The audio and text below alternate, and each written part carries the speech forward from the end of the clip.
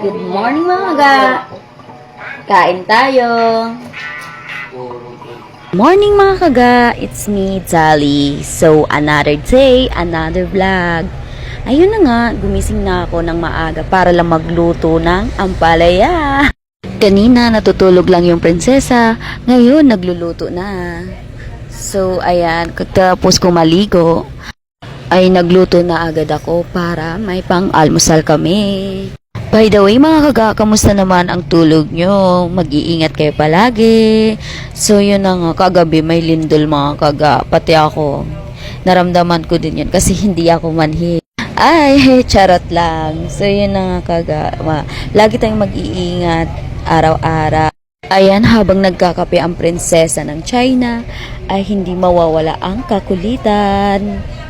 Hindi rin mawawala ang kaimutahan kasi kakapanood yan ng Chinese drama. So, ako lang ba dito yung mga Chinese drama lover, mga kaga? So, ayan, tinuloy ko na yung pagluluto ko. O, diba? Kala mo sino ka dyan. O, pak. Sige, kaya mo yan. Kailangan ko na mag-diet, mga kaga, kasi sobrang taba ko na dyan. Ayan, habang nagluluto, may makulit na bata. So, ayan, malapit ko na maluto, mga kaga. O, sige, sayaw ka dyan. O, pak.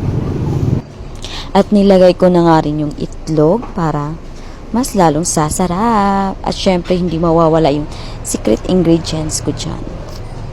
Ang Maggi Magic Sarap. At dahil luto na, so ilalagay na natin sa plato para mas maganda ang plating. Good morning mga kaga! Thank you for watching mga kaga. Bye!